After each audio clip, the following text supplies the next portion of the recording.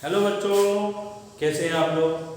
स्वागत है आपका आपके YouTube चैनल डियर गुरुजी डीजी बाय जीतू सर @पढ़ाई। तो आज हम लाए हैं आपके लिए एक नया बैच सुपीरियर 2.0 सुपीरियर बैच लेके आए हैं आपके लिए केमिस्ट्री के लिए क्लास 12 केमिस्ट्री क्लास 12। तो जिसमें हम पूरा कोर्स बिल्कुल टॉपिक वाइज लेक्चर वाइज पढ़ने वाले हैं। तो बने रहिए और पढ़ते रहिए। आपको इसमें सारी चीज प्रोवाइड की जाएगी डिस्क्रिप्शन लिंक में, न्यूमेरिकल शीट, वर्कशीट्स, नोट्स, सारी पीडीएफ आपको अपलोड कर दी जाएगी। तो आप वहां से जाके उसको ले सकते हैं। तो शुरुआत करते हैं चैप्टर्स की। तो बात करते हैं आज हम पहले चैप्टर की, जिसमें हम पढ़ने वाले हैं इलेक्ट्रोकेमिस्ट्री। इलेक्ट्रोकेमिस्ट्री क्लास 12 का चैप्टर है। बहुत अच्छा चैप्टर है, न्यूमेरिकल पोर्शन वाला चैप्टर है। काफी क्वेश्चंस आते हैं लेकिन काफी इजी भी है। तो don't take tension, I am there for yours. Please support करिए और पढ़ते रहिए। तो पहला चैप्टर जो हम स्टार्ट करने वाले हैं इलेक्ट्रोकेमिस्ट्री। इलेक्ट्रो का मतलब इलेक्ट्रिसिटी और केमिस्ट्री का मतलब तो केमिस्ट्री है। अब केमिस्ट्री में हम पढ़ते क्या है, केमिकल्स के बारे में। किसके बारे में पढ़ते हो बच्चों? केमिकल्स के बारे में।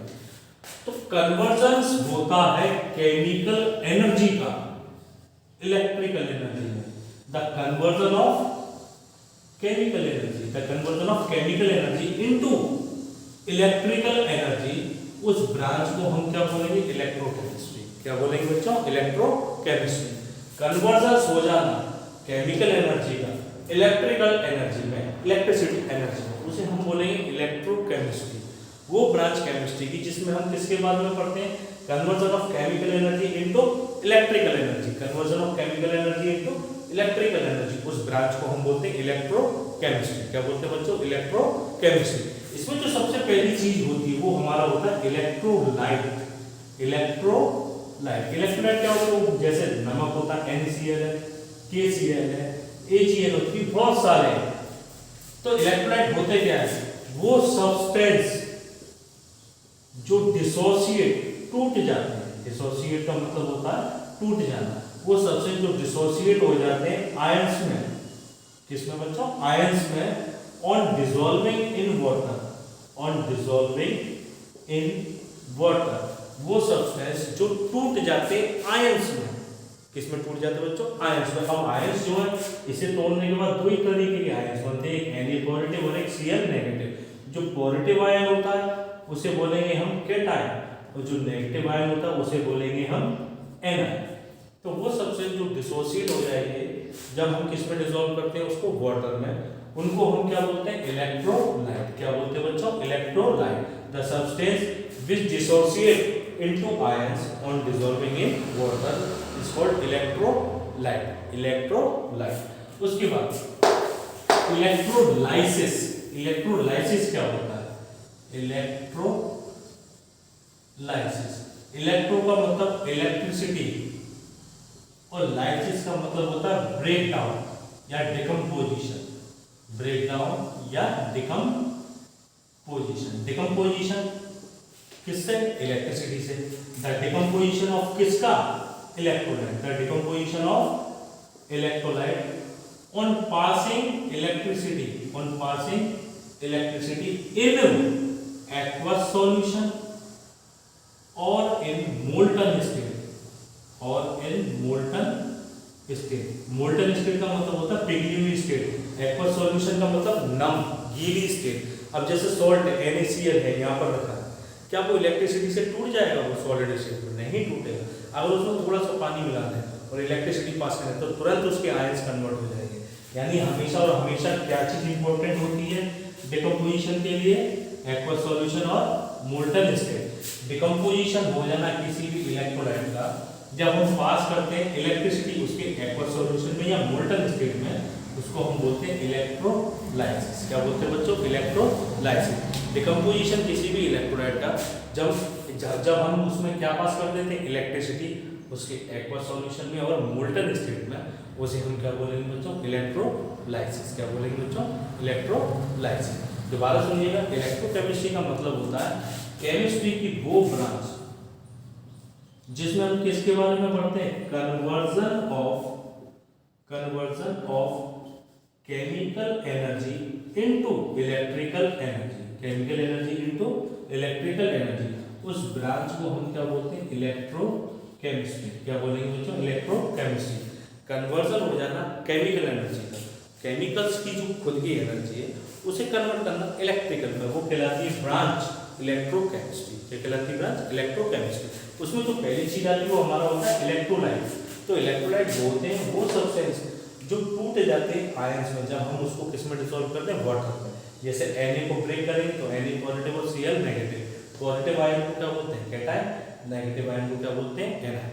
इलेक्ट्रोलाइट का या वो सब्सटेंस जो टूट जाते हैं आयंस में जब हम पानी में डिसॉल्व करते हैं उसे हम बोलते हैं इलेक्ट्रोलाइट। क्या बोलते हैं, इलेक्ट्रोलाइट। अब उसके बाद जो आता है वो इलेक्ट्रोलाइसिस आता है, जो हम करते हैं। जैसे डिकम्पोजिशन हो जाना इलेक्ट्रोलाइट पे, जब हम उसमें क्या पास करते हैं, इलेक्ट्रिसिटी। क्या पास करते हैं, इलेक्ट्रिसिटी। एक्वस सॉल्यूशन में या उसके मोल्टन स्टेट में, तो वो इलेक्ट्रोलाइट क्या हो जाते हैं, टूट जाते हैं, आयंस बन जाते हैं उसके। तो जो आयंस बन जाते हैं उस प्रोसेस को हम क्या बोलते हैं, इलेक्ट्रोलाइसिस। क्या बोलते हैं, इलेक्ट्रोलाइसिस। डिकम्पोजिशन हो जाना इलेक्ट्रोलाइट का, जब हम पास करते हैं इलेक्ट्रिसिटी उसके एक्वस सॉल्यूशन में और मोल्टन स्टेट में, उसे हम बोलेंगे इलेक्ट्रोलाइसिस। क्या बोलेंगे बच्चों, इलेक्ट्रोलाइसिस। अब जो इलेक्ट्रोलाइसिस है वो हम कराते किस लिए, जो इलेक्ट्रोलाइसिस होती है वो होती है इलेक्ट्रोलाइटिक सेल। इलेक्ट्रोलाइटिक सेल जो प्रोसेस है इलेक्ट्रोलाइसिस की, वो कहां पर होती है, इलेक्ट्रोलाइटिक सेल, जिसका दूसरा नाम होता है वोल्टेइक सेल। वोल्टेइक सेल और डैनियल सेल और गैल्वेनिक सेल, कुछ भी बोल सकते हैं इसमें से, सारी ही एक चीज है। जो इलेक्ट्रोलाइसिस है वो किसमें कराते हैं, electrolysis is carried out in electrolytic cell. It is also called voltaic cell, Daniell cell and galvanic cell. अब जो इलेक्ट्रोलाइटिक सेल होता है उसमें क्या क्या चीज होती है, कंसिस्ट ऑफ, पहला एक तो इलेक्ट्रोलाइटिक टैंक होता है, इलेक्ट्रोलाइटिक टैंक। दूसरा होता है उसके अंदर इलेक्ट्रोलाइट सॉल्यूशन, इलेक्ट्रोलाइट सॉल्यूशन। और तीसरी होती है इलेक्ट्रोड्स, इलेक्ट्रोड्स जो बनी होती है मेटल की, made up of metal, made up of metal, right. जो इलेक्ट्रोलाइटिक सेल होता है उसमें तीन चीज होती है, एक उसका टैंक होता है इलेक्ट्रोलाइटिक टैंक, उसके अंदर एक सॉल्यूशन भरा होता है इलेक्ट्रोलाइट सॉल्यूशन, और तीसरी चीज होती है हमारी इलेक्ट्रोड्स जो किससे बनी होती है, मेटल से। किससे बनी होती है, मेटल से। अब जो मेटल से बनी तो होती है बच्चों, लेकिन कंफ्यूजन बहुत होती है इसमें, बच्चों को बार बार पूछते हैं कि सर जो पॉजिटिव इलेक्ट्रोड है और पॉजिटिव आयन है उसमें डिफरेंस करने का आप तरीका बताइए, हमें याद नहीं रहता। तो सबसे बेटर और बढ़िया तरीका है एनोड और दूसरी होती है हमारी कैथोड। एनोड हमेशा पॉजिटिव इलेक्ट्रोड होती है, एनोड हमेशा पॉजिटिव और कैथोड हमेशा नेगेटिव इलेक्ट्रोड, राइट। अब उल्टा कर दो, पॉजिटिव आयन कहलाता है कैटायन और नेगेटिव आयन कहलाता है एनायन। AACC। अगर इलेक्ट्रोड की बात करें नेगेटिव, कैटायन की बात करें पॉजिटिव, अपोजिट CC और AA। एनोड के पास एनायन जाता है, कैथोड के पास कैटायन जाता है। एनोड के पास एनायन, कैथोड के पास कैटायन, राइट। पॉजिटिव इलेक्ट्रोड को हम बोलते हैं एनोड, नेगेटिव इलेक्ट्रोड को हम बोलते हैं कैथोड। पॉजिटिव आयन को बोलते हैं कैटायन और नेगेटिव आयन को हम क्या बोलते हैं, एनायन। क्लियर बच्चों, आगे बढ़ जाए तो पहले एक बार हम पूछ लेते हैं आप लोगों से। चलिए, तो इलेक्ट्रोकेमिस्ट्री जो है एक ब्रांच होती है केमिस्ट्री की, जिसमें हम किसके बारे में पढ़ते हैं, कन्वर्जन ऑफ केमिकल एनर्जी का इलेक्ट्रिकल एनर्जी में।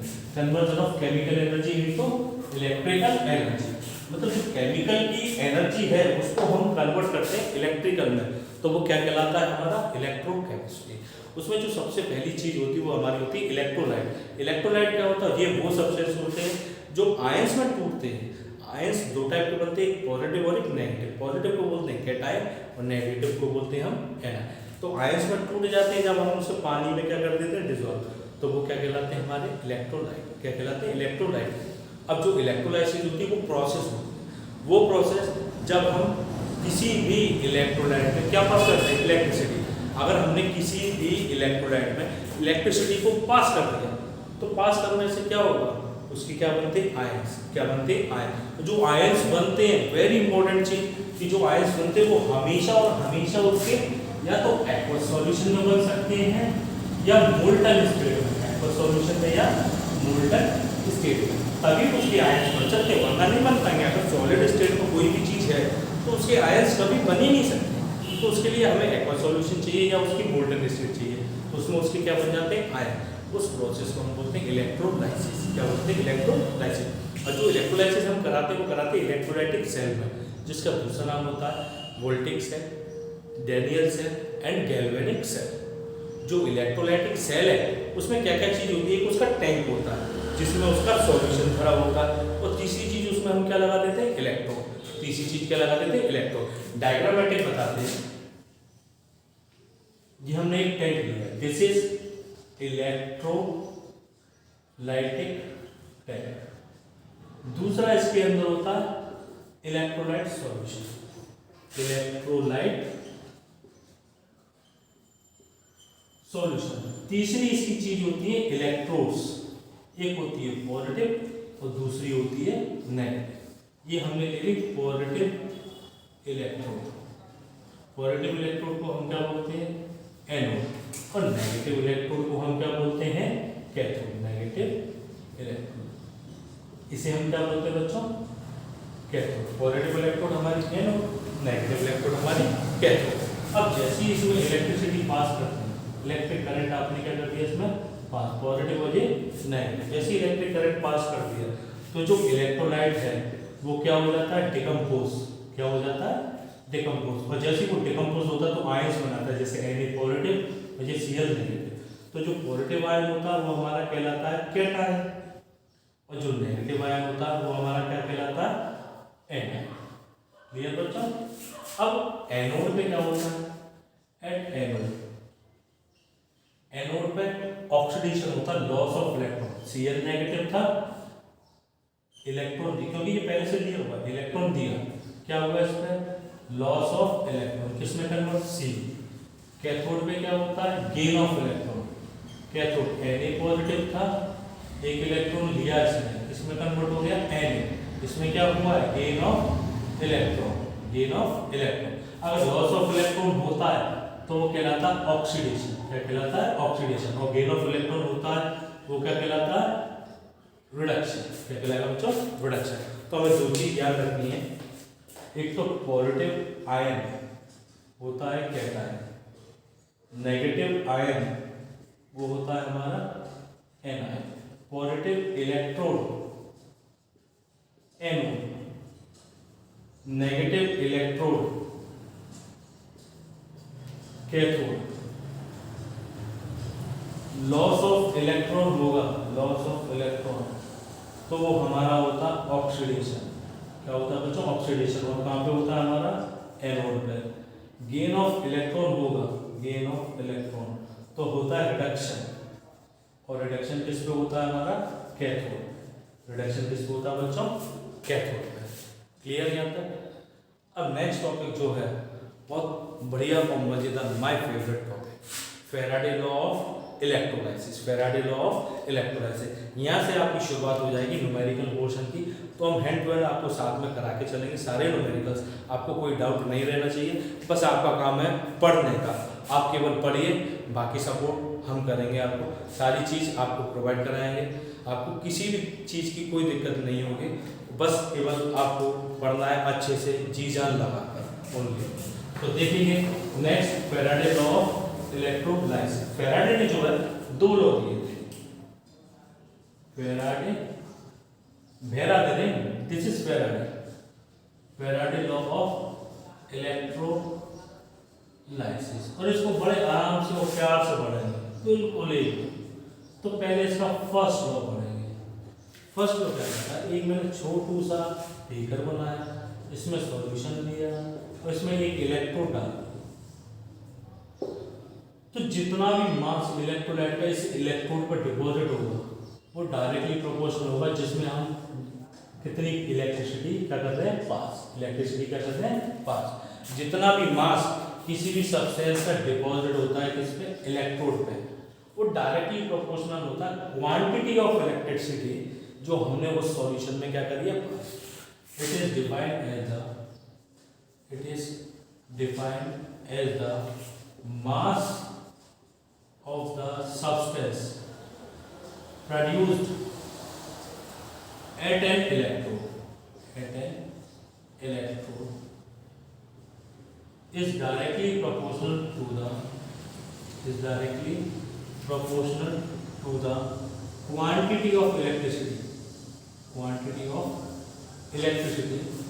passed through the electrolyte, quantity of electricity passed through the electrolyte, right बच्चों? It is defined as the जितना भी मास डिपॉजिट होगा इलेक्ट्रोड पे वो डायरेक्टली प्रोपोर्शनल होगा क्वांटिटी ऑफ इलेक्ट्रिसिटी जो उस इलेक्ट्रोलाइट में हमने क्या करी है, पास।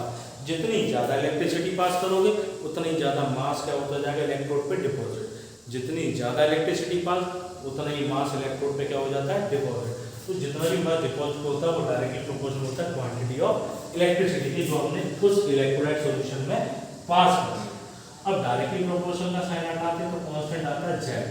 जेड को हम बोलते हैं इलेक्ट्रोकेमिकल इक्विवेलेंट, इलेक्ट्रोकेमिकल इक्विवेलेंट। क्या बोलेंगे बच्चों, इलेक्ट्रोकेमिकल इक्विवेलेंट। जेड को निकालने का फॉर्मूला होता है एटॉमिक मास अपॉन वैलेंसी, जो एटम दिया होगा, जैसे कॉपर दिया उसकी वैलेंसी ले ली 2 या 1 जो भी दिए, या एल्यूमिनियम इसकी वैलेंसी 3 तो 3 रखोगे। Atomic mass upon valency into Faraday, तो जो फैराडे की वैल्यू होती है वो अभी आगे आपको बता दी जाएगी। वैसे कांस्टेंट वैल्यू होती है 96500 कूलम, ये आपको गिवन होती है, अभी आपको आगे बता दी जाएगी। तो जो जितना भी मास डिपॉजिट होगा इलेक्ट्रोड पे वो डायरेक्टली प्रोपोर्शनल होता है क्वांटिटी ऑफ इलेक्ट्रिसिटी की जो हमने उस सॉल्यूशन में क्या करी है, पास। M proportional to Q, proportional हटाया क्या है, जेड। जेड को हम क्या बोलते हैं, इलेक्ट्रोकेमिकल इक्विवेलेंट। जेड को निकालने का फॉर्मूला क्या होता है, atomic mass upon valency into Faraday, atomic mass upon valency into Faraday, right बच्चों। अब इसके बाद नेक्स्ट देखिए Q इक्वल टू, हमने पढ़ा हुआ है आईटी भी तो होता है सर, तो हमने आईटी पुट कर देना, तो एक फॉर्मूला हमारा बन जाएगा M equal to Z I T, M equal to Z I T. या तो ये फॉर्मूला यूज होगा या ये फॉर्मूला यूज होगा, दोनों के ही न्यूमेरिकल्स आपको मिलेंगे और आप हमारे साथ साथ करिएगा सारे न्यूमेरिकल्स। तो दोबारा सुनेंगे इसका स्टेटमेंट क्या होता है। फर्स्ट क्या कहता है, जितना भी मास किसी भी सब्सटेंस का डिपॉजिट होता है इलेक्ट्रोड पे वो डायरेक्टली प्रोपोर्शनल होता है क्वांटिटी ऑफ इलेक्ट्रिसिटी की जो हमने उस सॉल्यूशन में पास करी है। M proportional to Q, M equal to Z Q, और जेड को हम क्या बोलते हैं, इलेक्ट्रोकेमिकल इक्विवेलेंट। क्या बोलते हैं बच्चों, इलेक्ट्रोकेमिकल इक्विवेलेंट। जेड किसके बराबर होता है, atomic mass upon valency into Faraday. Faraday की वैल्यू कितनी होती है, 96500। Q किसके बराबर होता है, IT, तो हमने IT और पुट कर देना, तो M इक्वल टू एक हमारा फॉर्मूला बन जाएगा M equal to Z I T, M equal to Z I T. चलिए अब डिफाइन है, define electrochemical equivalent, electrochemical equivalent ये हम कैसे डिफाइन करेंगे, तो very easy, don't take any stress, just see there. M equal to Z Q, if Q equal to कितना 1 coulomb, Q हमने कितना ले लिया 1 कूलम, तो M किसके बराबर हो गया, Z के। M किसके बराबर हो गया, Z के।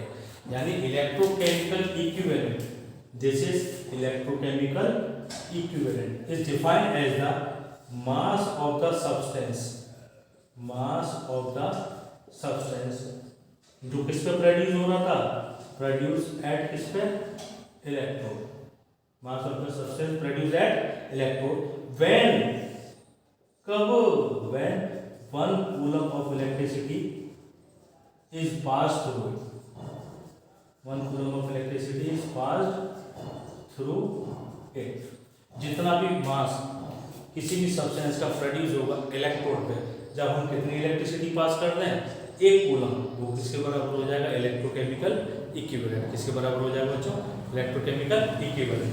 दोबारा सुनेंगे, जितना भी मास किसी भी सब्सटेंस का डिपॉजिट हो रहा है इलेक्ट्रोड पर, वो किसके बराबर हो जाएगा, इलेक्ट्रोकेमिकल इक्विवेलेंट के। जब कितनी इलेक्ट्रिसिटी पास करते हैं हम, 1 कूलम। कितनी इलेक्ट्रिसिटी पास करते हैं, 1 कूलम।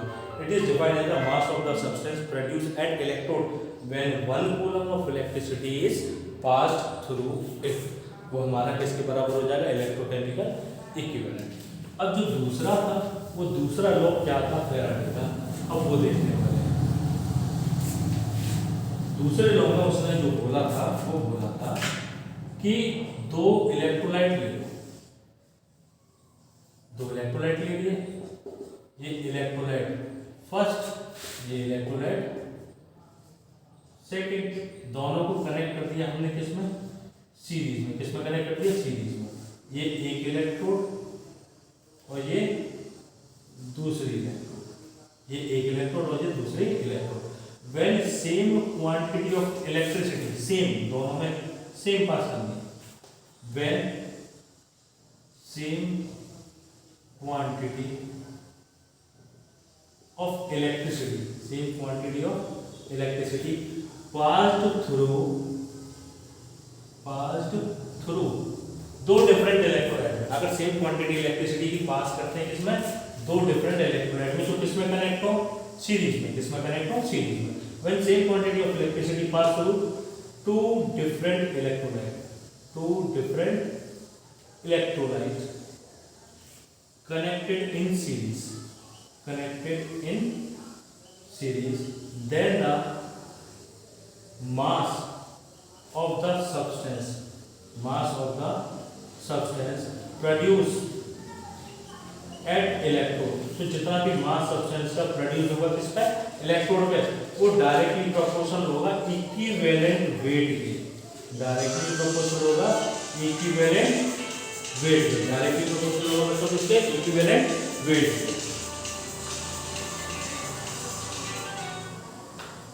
डायरेक्टली प्रोपोर्शनल होगा तो किसके, इक्विवेलेंट वेट के। जितना भी मास किसी भी सब्सटेंस का प्रोड्यूस होगा इलेक्ट्रोड पे, वो डायरेक्टली प्रोपोर्शनल होगा इक्विवेलेंट वेट के। अगर सेम क्वांटिटी इलेक्ट्रिसिटी की हम पास करते हैं 2 डिफरेंट इलेक्ट्रोलाइट के, सेम क्वांटिटी इलेक्ट्रिसिटी की पास करी 2 डिफरेंट इलेक्ट्रोलाइट में, जो कनेक्ट है किसमें, सीरीज में। कनेक्ट है किसमें, सीरीज में। तो जितना भी मास प्रोड्यूस होगा इलेक्ट्रोड पे, वो डायरेक्टली प्रोपोर्शनल होगा इक्विवेलेंट वेट के। डायरेक्टली प्रोपोर्शनल होगा किसके, इक्विवेलेंट वेट के। क्लियर बच्चों। When same quantity of electricity pass through 2 different electrolytes connected in series, then the mass of the substance produced at electrode तो directly proportional किसके, equivalent weight के। Directly proportional बच्चों equivalent weight के।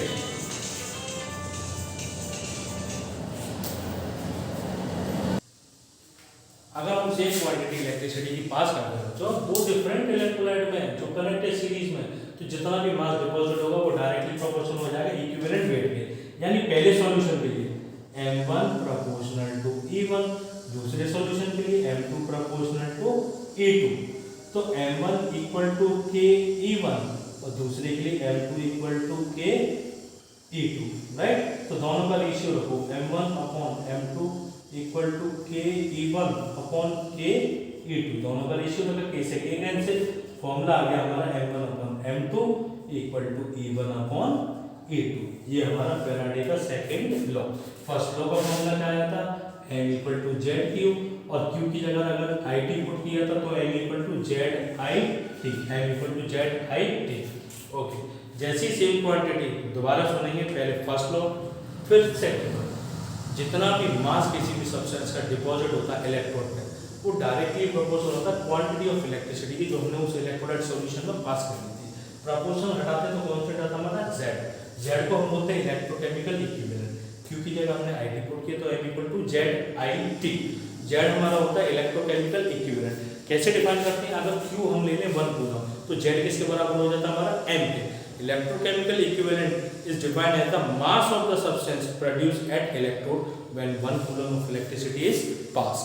z निकालने का formula हमने आपको बताया, atomic mass upon valency into Faraday. Into Faraday, right. Second block क्या कहता है कि अगर सेम क्वांटिटी इलेक्ट्रिसिटी की पास करते हैं दो डिफरेंट इलेक्ट्रोलाइट में जो किसमें कनेक्ट है, सीरीज में, तो जितना भी मास उन पे डिपॉजिट हो रहा है वो उसके इक्विवेलेंट वेट के प्रोपोर्शनल होगा, इक्विवेलेंट वेट से। तो n1 proportional E1, n2 proportional E2, proportional हटाए दोनों में कांस्टेंट आ गया k और k, दोनों का रेशियो लगा m1/m2 equal to k E1/k E2, k से k कैंसिल, ये हमारा फॉर्मूला आ गया। अगर इक्विवेलेंट वेट हमें निकालना है तो इक्विवेलेंट वेट निकालने का हमारा फॉर्मूला होता है atomic mass plus valency, atomic mass plus number of electron required, number of electron required in reaction, number of electron required in reaction. Atomic mass जैसे हमको दे दिए एल्यूमिनियम, अब एल्यूमिनियम Al3 पॉजिटिव बनाता है तो उसका इक्विवेलेंट वेट कैसे निकालेंगे, एटॉमिक मास एल्यूमिनियम का होता है 27, नंबर ऑफ इलेक्ट्रॉन कितने रिक्वायर्ड है, Al से Al3 पॉजिटिव बना तो कितने इलेक्ट्रॉन रिक्वायर्ड थे, 3, तो प्लस 3 कर लेंगे, वो उसका क्या कहलाएगा, इक्विवेलेंट वेट। क्या कहलाएगा बच्चों, इक्विवेलेंट वेट। ये बहुत छोटी छोटी सी बेसिक्स है जो न्यूमेरिकल्स में यूज होती हैं। न्यूमेरिकल्स में कोई भी टिपिकलनेस नहीं होती, बहुत इजी होता है, बट उसका कंसेप्ट हमें क्लियरली आना चाहिए। कंसेप्ट के लिए हमें प्रॉपर पता होना चाहिए एक्चुअल में हमें करना है। तो इक्विवेलेंट वेट निकालने के लिए हमें क्या करना होता है, एटॉमिक मास लेना होता है और नंबर ऑफ इलेक्ट्रॉन जितने रिएक्शन में होंगे, atomic mass 27, number of electron कितने 3, तो 27 प्लस 3 30, ये हो गया उसका इक्विवेलेंट वेट। नाउ अब जो नेक्स्ट है जो हम बात कर रहे थे अभी तक कि फेराडे क्या होता है, फेराडे क्या होता है, इसकी वैल्यू हमने बताई थी 96500 कूलम, 96500 कूलम। तो क्या होता है जी, चलिए इसके बारे में समझते हैं। 1 फेराडे डेफिनेशन पूछ लेता है, बोर्ड्स में भी पूछा है, काफी टाइम पूछिएगा बात। तो 1 फेराडे क्या होता है, जितना भी चार्ज 1 मोल इलेक्ट्रॉन पे होता है उसे हम बोलते हैं 1 फेराडे। द चार्ज कैरिड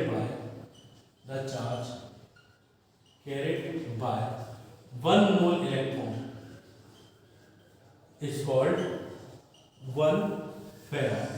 जितना भी चार्ज 1 मोल इलेक्ट्रॉन पे होता है उसे हम क्या बोलते हैं, 1 फेराडे। जितना भी चार्ज 1 मोल इलेक्ट्रॉन पे होता है उसे हम बोलते हैं 1 फेराडे। तो Q इक्वल टू बच्चों जनरल फॉर्मूला N, तो हमने शुरू से पढ़ा भैया, Q equal to N। Charge किस पे, 1 मोल इलेक्ट्रॉन पे, 1 मोल, और इलेक्ट्रॉन का चार्ज हमने बताया आपको 1.6 × 10⁻⁻90। अब 1 मोल में कितने एटम होते हैं, 6.022 × 10⁻23। Charge of electron 1.6 × 10⁻90। अब इसमें अगर इसे हम सॉल्व करते हैं तो जो अप्रोक्सीमेट हमारी वैल्यू आती है वो आती है 96500 कूलम। ये अप्रोक्स होती है बच्चों में, और प्रॉपर इसी को लिया जाता है जिससे कि हमारी कैलकुलेशन आसान हो सके। अगर इन दोनों को मल्टीप्लाई कराते हैं तो कितना आएगा हमारा 96500 कूलम, और इसको हम क्या बोलते हैं 1 फेराडे। क्या बोलते हैं इस वैल्यू को, 1 फेराडे। जितना भी चार्ज 1 मोल इलेक्ट्रॉन पे होता है उसे हम क्या बोलते हैं 1 फेराडे। Q इक्वल टू कितना होता है बच्चों, Ne। अब Q 1 मोल के लिए, तो 1 मोल में कितने atom, 6.022 × 10⁻23। Charge of electron 1.6 × 10⁻90 coulomb. Multiply कराते हैं कितना आता है 96500 कूलम, अप्रोक्स होता है वो। तो 1F की वैल्यू कितनी हो गई 96500 कूलम। अगर अब हमें इसको कैलकुलेट करना हो तो कैसे करते हैं, तो जनरल फॉर्मूला हम जो लेके चलते हैं वो लेते हैं N क्या होते हैं, number of electron involve in reaction, तो कैसे निकालेंगे, पहला जैसे Mg से Mg2+ है, 2 इलेक्ट्रॉन लिए, इसमें कन्वर्ट हो गया Mg, इसमें कन्वर्ट हो गया बच्चों Mg। तो अब इसमें Q इक्वल टू हमें क्या लगाना, NF, नंबर ऑफ इलेक्ट्रॉन कितने इन्वॉल्व है, क्योंकि 2 इसने दिए हैं तो 2 ही इन्वॉल्व है। एक F की वैल्यू कितनी होती है 96500, इसे हम सॉल्व कर देंगे, हमारा Q आ गया। दूसरा एग्जांपल Al3 पॉजिटिव, 3 इलेक्ट्रॉन ले लिए, किसमें कन्वर्ट हो गया बच्चों Al, किसमें कन्वर्ट हो गया Al। अब 3 इलेक्ट्रॉन लिए तो Q इक्वल टू कितना हो जाएगा 3F, तो 3 × F की वैल्यू 96500, सॉल्व कर देंगे, इससे हमारा Q आ जाएगा, राइट बच्चों। अब इसके बाद हम जो पढ़ने वाले हैं वो इसके न्यूमेरिकल, इस टॉपिक के, तो तैयार रहिए और कॉपी किताब लेके बैठे रहिए और करते रहिए प्रैक्टिस। सक्सेस भी मिलेगी, मंजिल भी मिलेगी, पढ़ते रहिए बच्चों।